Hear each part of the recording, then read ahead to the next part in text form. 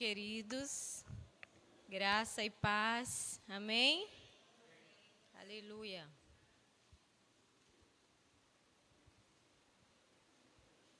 Amém, glória a Deus. Então, queridos, sempre é muito bom poder compartilhar com os irmãos aquilo que o Senhor tem ministrado em nossos corações, né? E eu convido vocês a abrir a Bíblia em Lucas, capítulo 19, versículo do 1 ao 10. E hoje a gente vai aprender um pouco sobre, que é o tema da nossa ministração, né? Atraindo a atenção de Deus. A gente vai aprender com um pequeno homem como a gente consegue fazer isso, né? Lucas 19, versículo do 1 ao 10 diz assim: Entrando em Jericó, atravessava a cidade, eis que um homem chamado Zaqueu, maioral dos publicanos e rico, procurava ver quem era Jesus, mas não podia por causa da multidão, por ser ele de pequena estatura. Então, correndo adiante, subiu a um sicômoro, uma árvore, a fim de vê-lo, porque por ali havia de passar. Quando Jesus chegou àquele lugar, olhando para cima, disse-lhe: Zaqueu, desce depressa, pois me convém ficar hoje em tua casa. Ele desceu a toda a pressa e o recebeu com alegria. Todos os que viram isto murmuravam, dizendo que ele se hospedara com um homem pecador. Entre mentes, Zaqueu se levantou e disse ao Senhor: Senhor, resolvo dar aos pobres a metade dos meus bens. E se em alguma coisa tenho defraudado alguém, restituo 4 vezes mais. Então Jesus lhe disse: Hoje houve salvação nessa casa, pois que também este é filho de Abraão, porque o Filho do Homem veio buscar e salvar o perdido. Amém? Glória a Deus.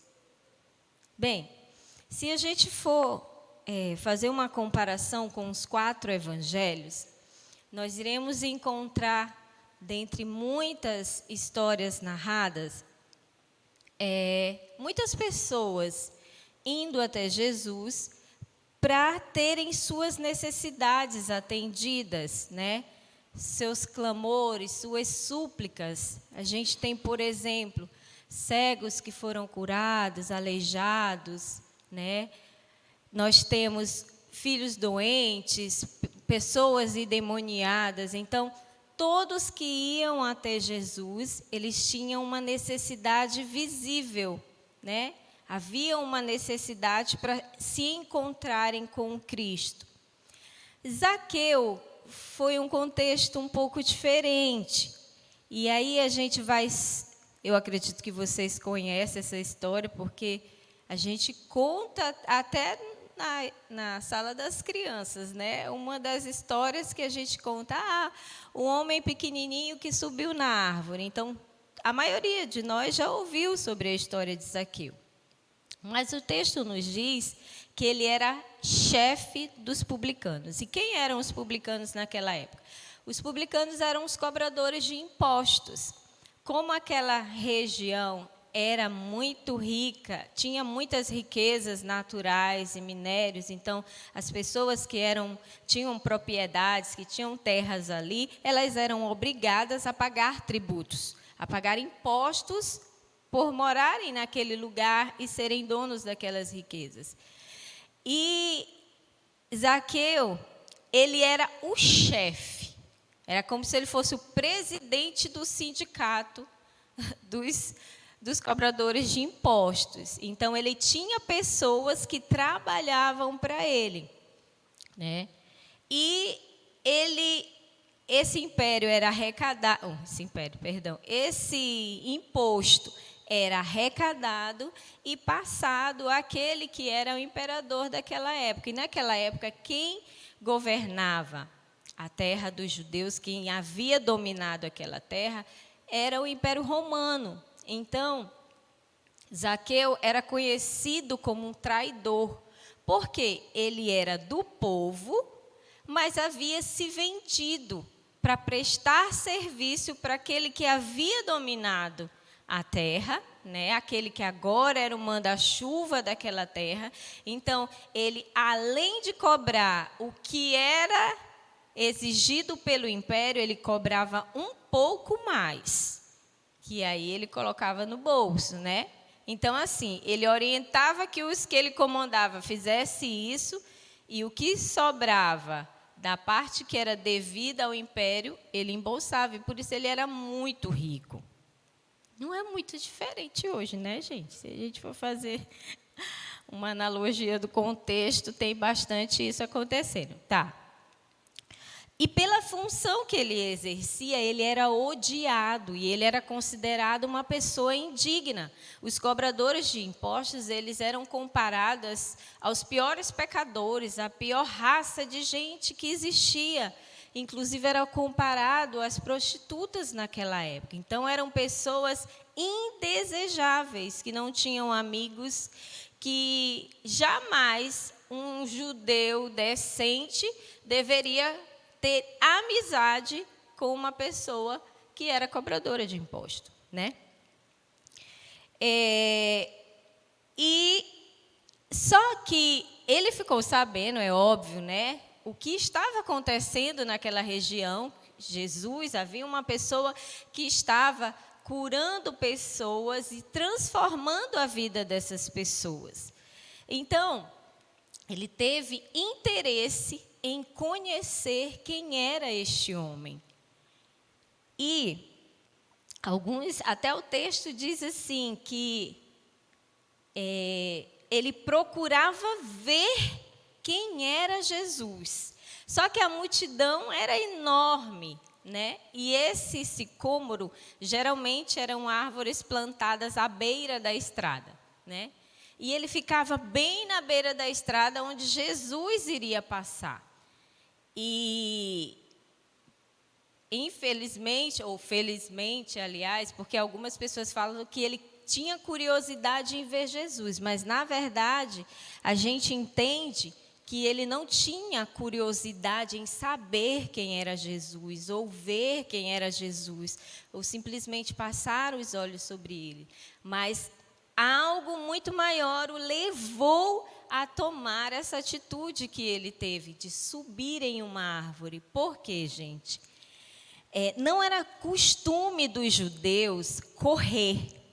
E correr era uma atitude considerada indigna. Pior ainda, subir numa árvore. Porque quem subia numa árvore ficaria exposto a quem passasse. Isso não era uma atitude bem vista para quem era muito rico naquela cidade, né? E era considerada, inclusive, vergonhosa. Então, algo de extrema necessidade fez com que Zaqueu deixasse isso de lado, corresse, subisse nessa árvore para ver quando Jesus passasse. Queridos, quando a gente faz algo fora do comum para o Senhor, nós atraímos a atenção dele. Amém? E se a gente for pensar, Zaqueu não tinha problema financeiro, certo? Ele era rico. Então, para que passar essa situação só para ver Jesus? Ele não tinha problema financeiro porque ele era rico. Não estava doente. Não tinha problemas na família. E por que tu afirmas isso? Porque nem ele pede isso para Jesus, nem tampouco Jesus menciona algo dentro dessa situação para ele. né? Então, o que a gente conclui que foi que levou Zaqueu tomar essa atitude? É bem certo, queridos, que a riqueza que ele tinha, possivelmente a fama, porque ele era chefe dos cobradores de impostos, possivelmente não eram amados pelos seus compatriotas, mas poderia ser estimado por aqueles a quem lhe servia, né? A quem prestava serviços a ele. E também a gente não observa nenhuma situação difícil que pudesse ser motivo de uma lamúria. Eu não tenho isso. Eu estou sentindo falta disso. Então, se Jesus é esse que provê essas coisas, eu vou ter um encontro com ele. Não, nada disso, né? Certamente, o que nos leva a entender nos textos, nas análises das Escrituras, é que Zaqueu tinha um buraco muito grande, uma necessidade muito grande que a riqueza dele não conseguia preencher. Que a estima, o nome, a fama que ele tinha não conseguia preencher. Ele era judeu, com certeza foi criado na lei, nos ensinamentos de Moisés, é óbvio, né? Mas as circunstâncias e as escolhas da vida o levou para um caminho que o afastou da presença de Deus. Então, é bem provável que ele teve um encontro com ele mesmo. Ele viu o quanto ele era miserável e o quanto ele precisava do Senhor, o quanto ele precisava ajustar alguma coisa na vida dele. Amém? Ou seja, por que eu citei o exemplo das outras pessoas? Zaqueu não buscou Jesus pelo que ele poderia oferecer a ele, mas ele buscou Jesus por quem Jesus era. E foi exatamente por isso que ele estava na árvore. E Jesus, quando passou, olhou para cima e o chamou pelo nome e disse: Zaqueu, desça depressa, me convém ir hoje à tua casa. Essa parte do texto, essa expressão do texto, me convém, alguns estudiosos dizem que fazia parte da missão de Jesus. E tanto é que o versículo 10 do capítulo 19, ele diz assim: porque o Filho do Homem veio buscar e salvar o perdido. O versículo 10 de Lucas, do capítulo 19 de Lucas, ele diz exatamente a missão de Jesus na terra: buscar e salvar o perdido. Amém?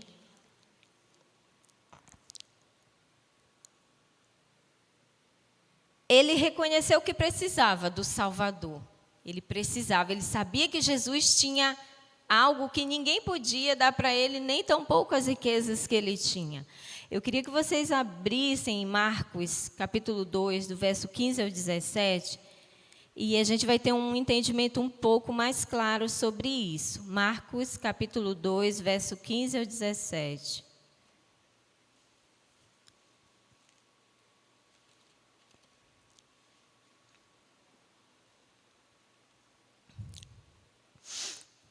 Diz assim a palavra do Senhor: achando-se Jesus à mesa na casa de Levi, estavam juntamente com ele e com seus discípulos muitos publicanos e pecadores, porque estes eram em grande número e também o seguiam. Os escribas dos fariseus, vendo-os comer em companhia dos pecadores e publicanos, perguntavam aos discípulos dele: por que ele come e bebe com os publicanos e pecadores?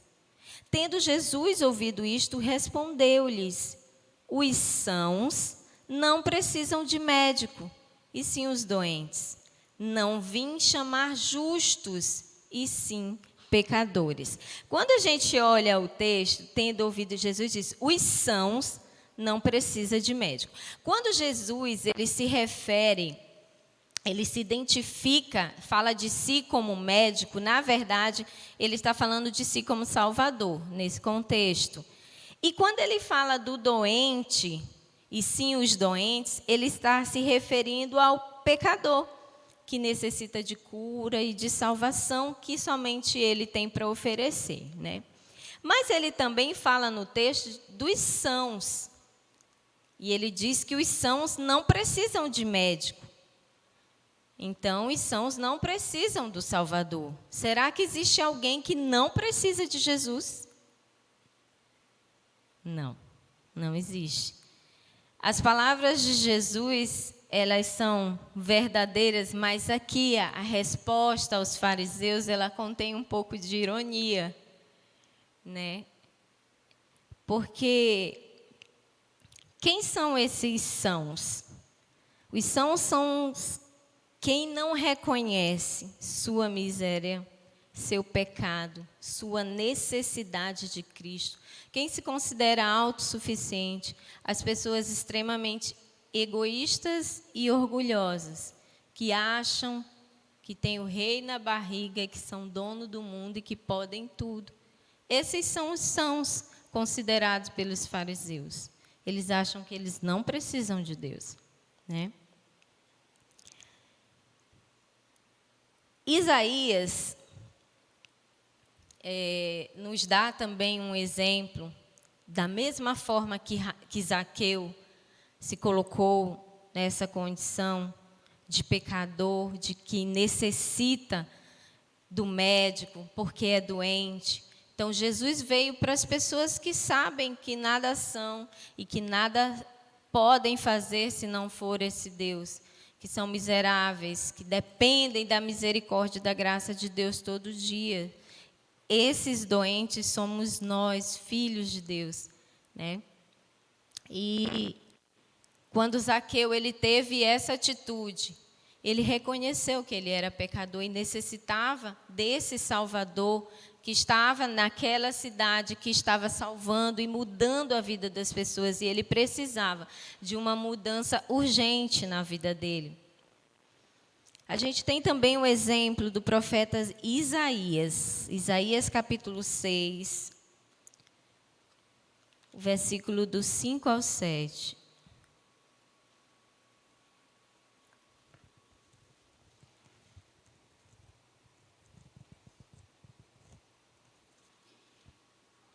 Capítulo 6, versículo do 5 ao 7. Diz assim: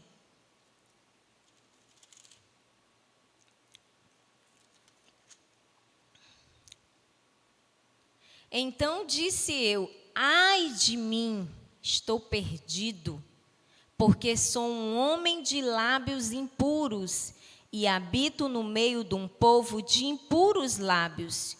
E os meus olhos viram o Rei, o Senhor dos exércitos. Então um dos serafins voou para mim, trazendo na mão uma brasa viva. Amém, Washington? Que tirara do altar com uma tenaz. Com a brasa tocou a minha boca e diz: Eis que ela tocou os teus lábios, a tua iniquidade foi tirada e perdoado o teu pecado. Quando nós reconhecemos as nossas falhas e os nossos pecados e confessamos, assim como fez o profeta Isaías, Deus vem e nos cura e nos restaura. Sabe por quê, queridos?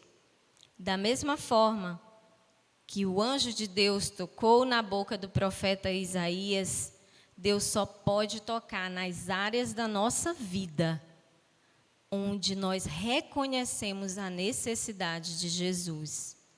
Ele não vai entrar se nós não declararmos insuficiência, incapacidade de lidar.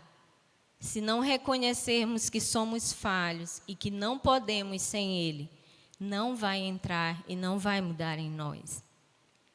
E se a gente deseja que Jesus seja o nosso médico, o nosso Salvador, a gente precisa ter atitudes semelhantes à de Zaqueu. a gente primeiramente precisa entender, como filhos de Deus, por que nós fomos criados. Você já se perguntou, para que eu fui criado? Qual o propósito eu fui escolhida por Deus para habitar nessa terra? Para viver aqui nesse lugar? Vamos abrir lá em Atos 17, do versículo 26 e 27.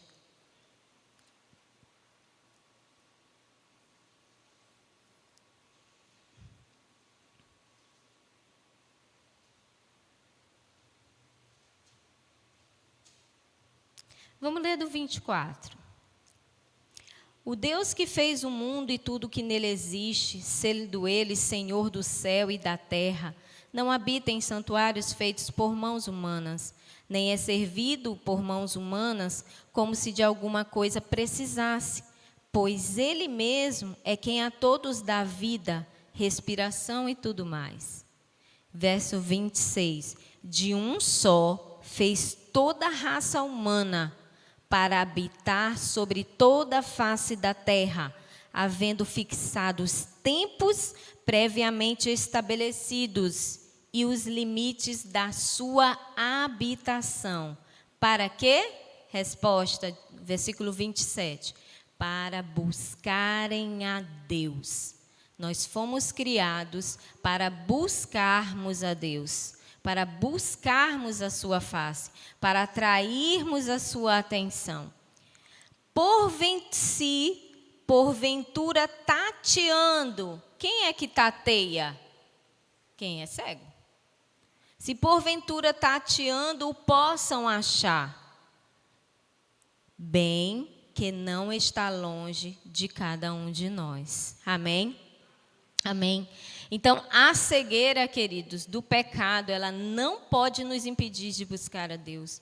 Nós não podemos nos conformar com uma vida de pecado, com uma vida de indiferença diante da necessidade de mantermos um relacionamento superficial, jamais. Raso, jamais. Um relacionamento profundo com Deus.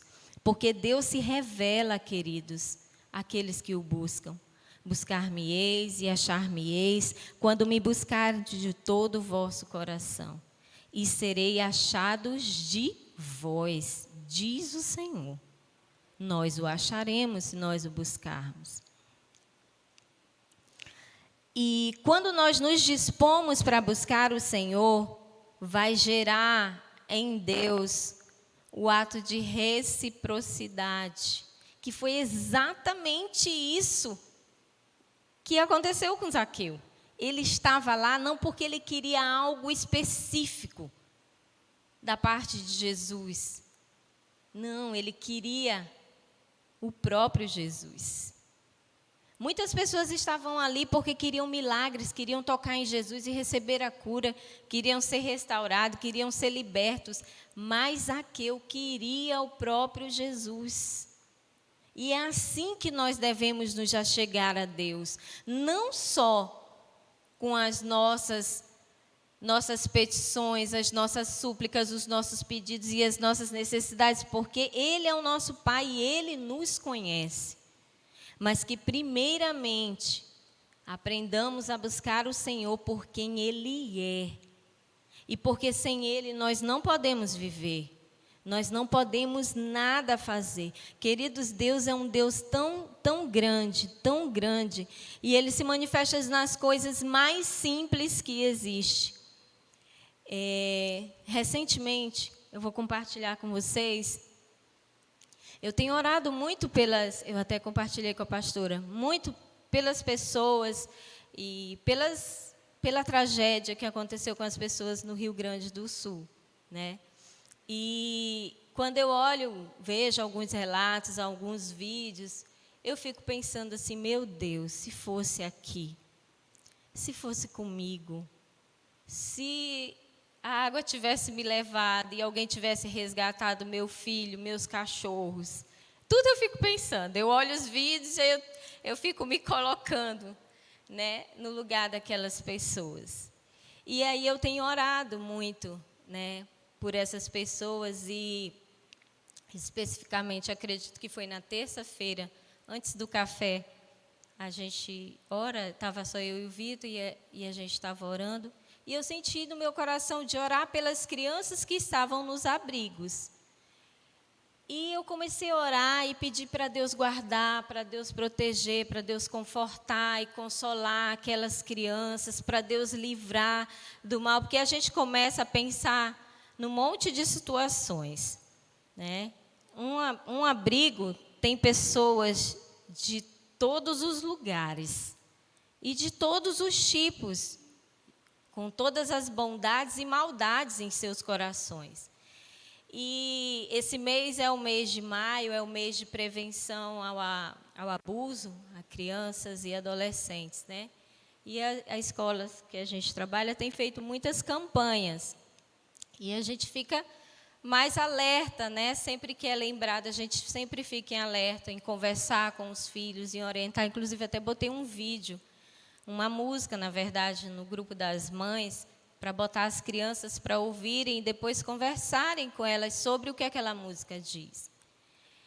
E aí eu orei, né? E fiquei o dia inteiro, sempre que eu lembrava, eu intercedia. Quando foi à noite que eu cheguei, aí eu, já mexendo no celular, eu vi o relato de eu não sei se ele era responsável pelo abrigo, se ele era uma pessoa. Ele fez um relato que haviam prendido 5 homens que haviam abusado de 20 crianças no abrigo.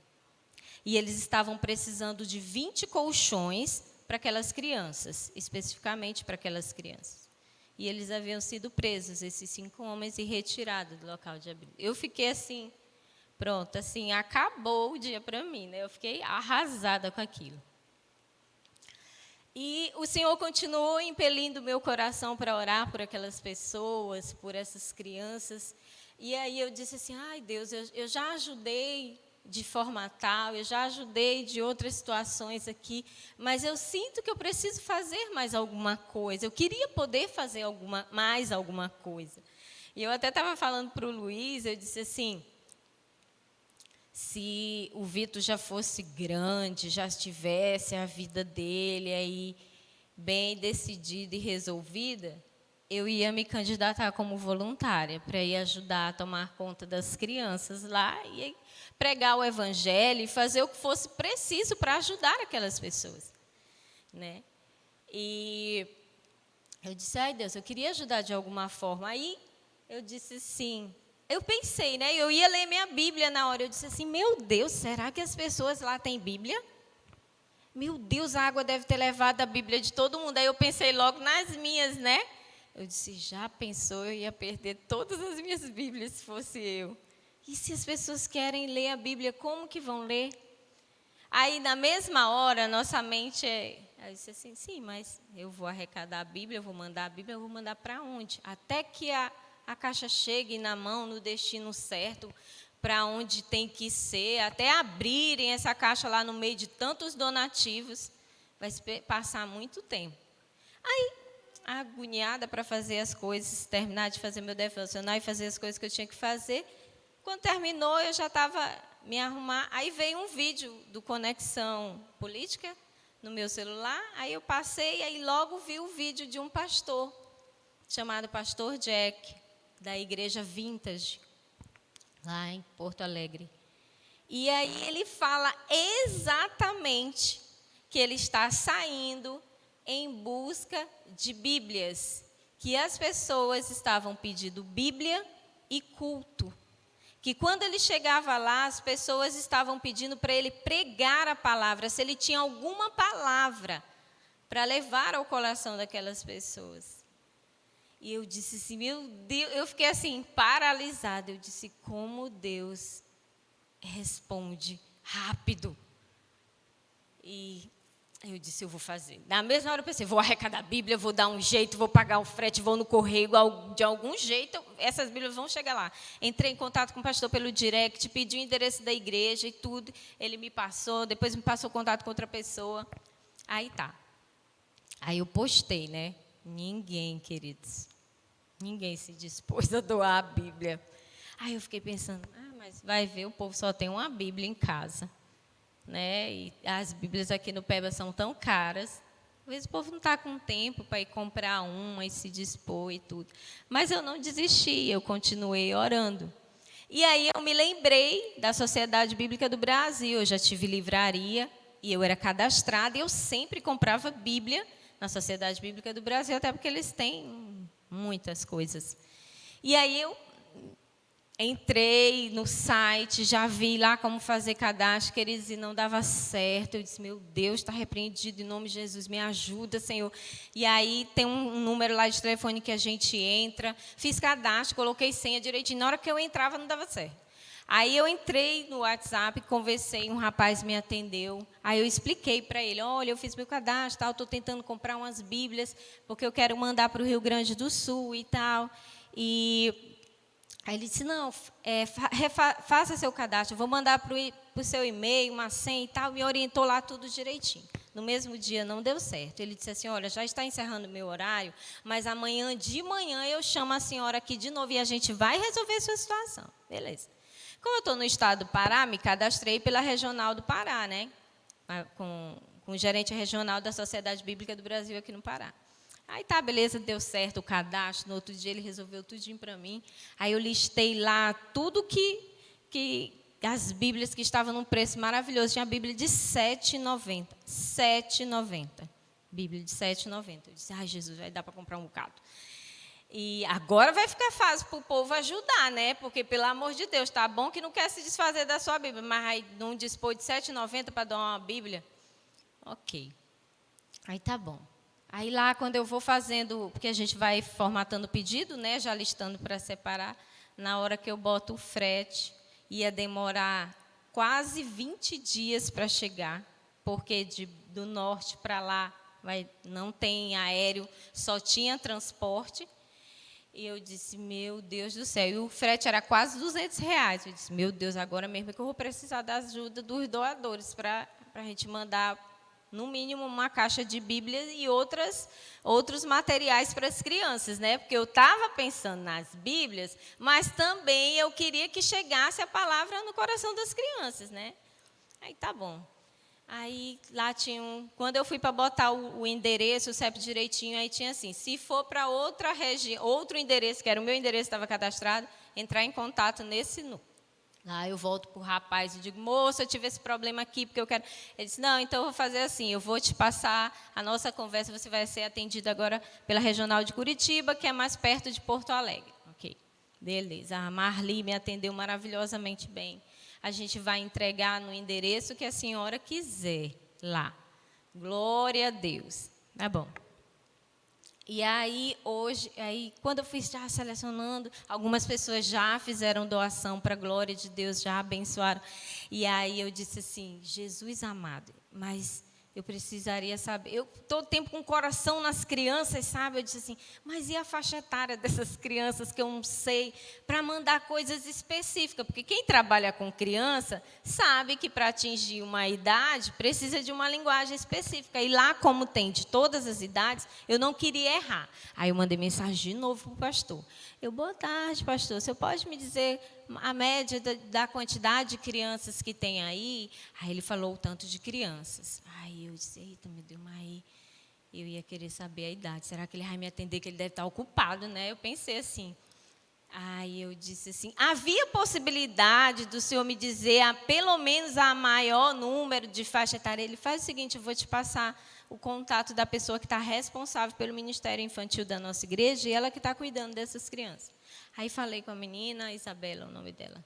E aí ela já me mandou foto do que está acontecendo com as crianças, assim, do que eles estão fazendo. Aí ela, nos relatos, ela diz que as crianças brigam pelas Bíblias, que elas têm perguntas, elas começaram a fazer perguntas para elas sobre por que existe o mal, por que as coisas ruins acontecem com as pessoas boas, né?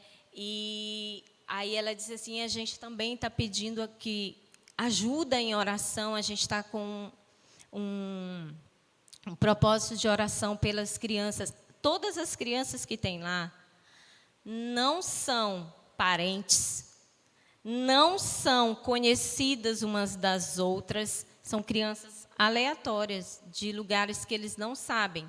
Inclusive, um dos propósitos de oração é que essas famílias vão ao encontro dessas crianças, né? E ela pediu muita ajuda de oração. Ela disse: amada, você é resposta de orações. Aí eu falei para ela: olha, querida, eu estou querendo mandar um material específico para as crianças e tal.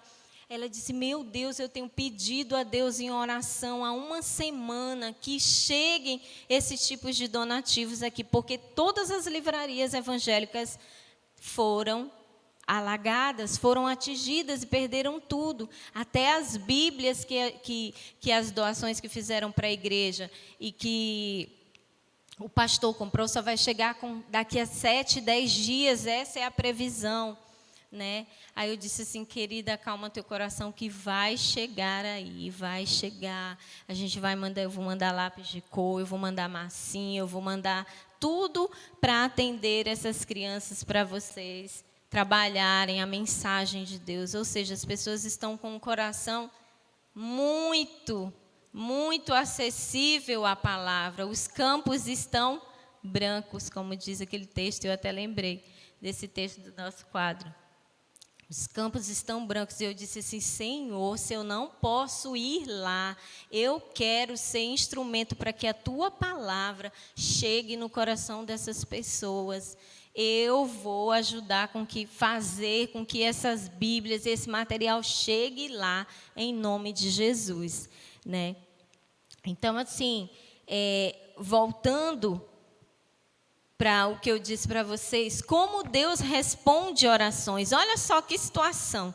O que Deus fez acontecer para que a necessidade daquele grupo que está lá trabalhando com aquelas crianças, orando e intercedendo, chegasse até mim, apaixonada pelo ministério que eu exerço, né? E com muita disposição em poder abençoar essas crianças que ali estão e orando por cada uma delas, né, para que sejam alcançadas pelo Senhor e suas famílias também. Mas para dizer que quando a gente se dispõe, quando a gente faz, quando a gente se coloca, quando a gente deseja de fato que o reino de Deus seja implantado, Deus move, Deus faz o que é necessário. Não existe coincidência, não é Jesuscidência que tem, né? O propósito dele chegando e acontecendo. E aí, para a gente encerrar, quais seriam essas atitudes que chamam a atenção de Deus? E nada melhor do que alguém com muita experiência, com muita bagagem de pecado, senão o nosso irmão Davi, lá no Salmo 51, no verso 17, para nos responder de que forma a gente pode chamar a atenção de Deus. Diz assim a palavra do Senhor: sacrifícios agradáveis a Deus são o espírito quebrantado, o coração compungido e contrito, não o desprezarás, ó Deus. Davi, depois que ele cometeu aquele pecado e ele reconheceu, ele escreveu essa oração. Isso porque ele tinha ciência que se ele se arrependesse profundamente, ele tinha consciência que o arrependimento dele profundo e genuíno, reconhecendo-se mísero e pecador, ele sabia que havia da parte de Deus salvação, cura e perdão. E foi exatamente isso que ele fez. Porque, queridos, Deus não consegue desprezar o coração que reconhece os seus pecados diante dele. Deus não consegue desprezar um coração que sente tristeza, dor, arrependimento e confessa esses pecados, né? No versículo 4 do próprio Salmo 51, olha só o que ele diz, no 3 e o 4. Pois eu conheço as minhas transgressões e o meu pecado está sempre diante de mim. Pequei contra ti, somente contra ti fiz o que é mal, perante os teus olhos, de maneira que serás tido por justo no teu falar e puro no teu julgar. Então, essa foi a expressão de reconhecimento de Davi pelo pecado que ele havia cometido. E a atitude de Zaqueu, depois que teve esse encontro, que Jesus foi lá na casa dele e teve esse encontro com ele, ele diz assim: entre mentes, Zaqueu, no versículo 8, se levantou e disse: Senhor, resolvo. Ele tomou uma decisão: resolvo dar aos pobres a metade dos meus bens, e se em alguma coisa eu tenho defraudado alguém, eu restituo 4 vezes mais. Então, a atitude de Zaqueu era de alguém que queria andar como Jesus determinava, conforme as palavras de Jesus, né? Queria andar conforme as verdades de Cristo.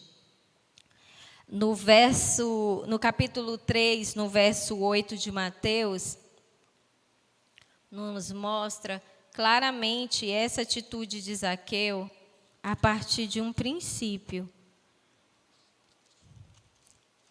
Mateus, capítulo 3, verso 8.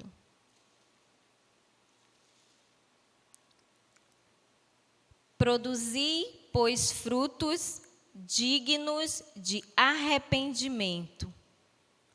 Ou seja, não basta somente a gente se arrepender, a gente precisa produzir os frutos de arrependimento. E a atitude dele de restituir, a restituição naquela época não era você devolver exatamente o que você... Isso é um princípio até do Antigo Testamento. Não era você devolver o que você tinha te extorquido, mas era para dar a mais. Isso era restituição, né? Tinha que dar a mais. Por isso ele diz: vou dar, se alguém eu defraudei, eu vou dar 4 vezes mais. O encontro de Zaqueu com Jesus foi tão impactante, a mudança e a transformação que foi gerada nele foi tão grande, que impactou até a sociedade que ele estava inserido, porque outros, vendo a atitude dele, começaram a agir da forma correta, sendo justo no retirar dos impostos que era obrigatório pagar ao governo, né? Então, que a gente possa ser como Zaqueu, né? Que a gente possa assumir uma postura diferente e que a gente possa buscar o Senhor de uma forma intensa pelo que Ele é, né? Pela necessidade de estar na presença dEle, de ser dirigido por Ele, de ouvir a sua voz, de ser conduzido por Ele, né? E dessa forma atraímos a misericórdia de Deus para nós. Uma outra lição que eu tiro da história de Zaqueu é porque, às vezes, e até agora nesse momento que a gente está orando pelas casas de paz, às vezes quando a gente pensa em alguém, a gente diz: não, ele não vai querer Jesus, não, ele não vai querer Jesus. A própria Bíblia de Jesus diz que é muito difícil um rico entrar no reino dos céus, mas a própria história de Zaqueu mostra que não é impossível um rico ser alcançado pelo Senhor, né? E ninguém foi lá e o obrigou, ninguém lá chegou. Ele foi e buscou. Então, quando a gente ora e a gente intercede por essas pessoas, olhe para essas pessoas. Não é o nosso julgamento, não é o nosso raio-x e o nosso olho que vai determinar, não. O nosso papel é ser semeador da palavra, é orar por essas pessoas, fazer o convite. Se ele aceitar, amém. Se ele não aceitar, ele vai para a próxima lista da casa de paz e você vai orar de novo até ele aceitar. Amém, queridos? Vamos ficar de pé em nome de Jesus.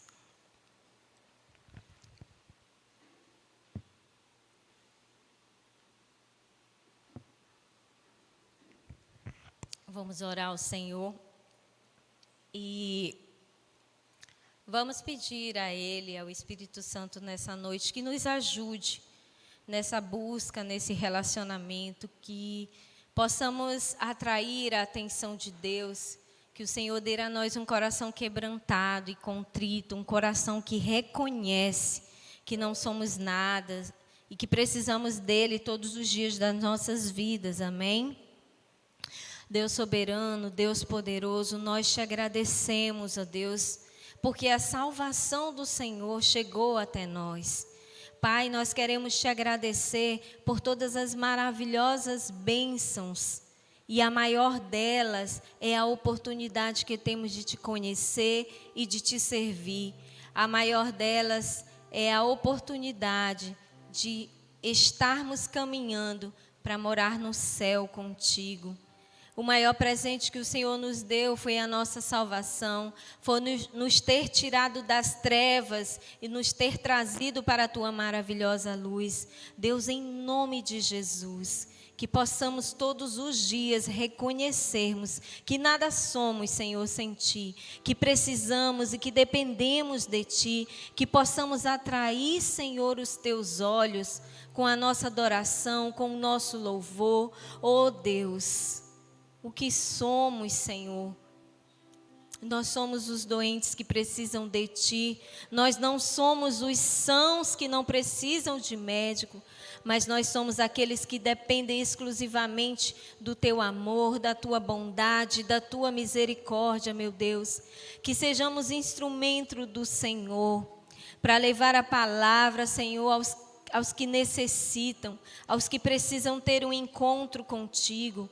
Que todos aqueles que estão nas nossas listas da casa de paz, Senhor, possam dizer sim ao Teu chamado, sejam impelidos pelo Teu Espírito Santo, Deus, possam reconhecer-se pecador e imerecedores da Tua graça, mas necessitados da Tua misericórdia, Deus. Em nome de Jesus nós oramos para que as vidas sejam alcançadas, Senhor, para o Teu reino e para a Tua glória, em nome de Jesus. Amém, Senhor. Glória a Deus.